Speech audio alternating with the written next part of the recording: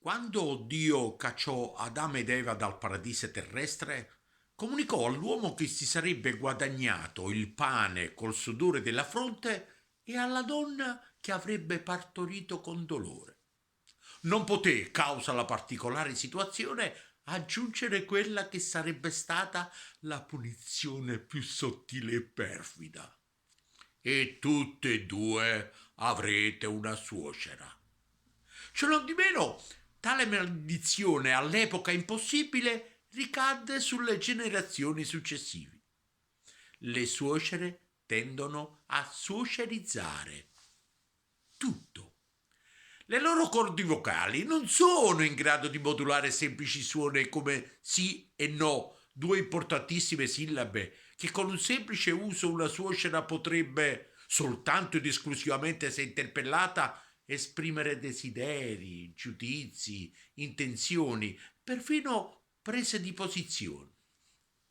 Nel loro striminzito elenco di osservazioni rispostacce, le suocere usano soltanto parole come io, me, mio. Semplici espressioni come per me, a me, sotto di me. O frasette come hai sbagliato, io non lo farei. Non insistere, brutta cretina. Morte a te, mentecatta. Ma va a morire ammazzata. Tutte rivolte alla nuora. Ma ce ne sono anche per il genero. Contenta te! Quando la figlia glielo presenta la prima volta.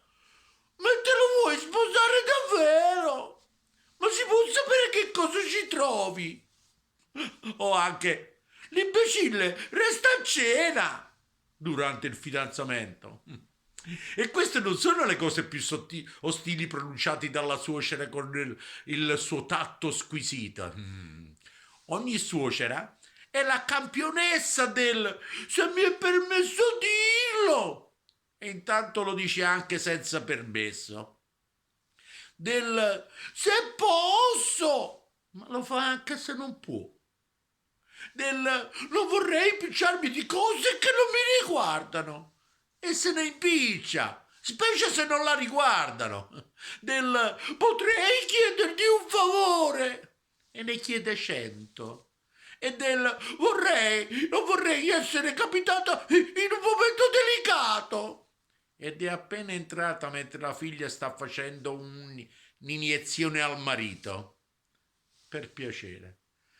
Ditemi che non sono solo io che vorrei mettere una vipera nel letto di mia suocera, ma che anche voi siete pronti a mettere una bomba nel water o di murarla viva dentro il bagno. Ditemelo per favore, ditemelo!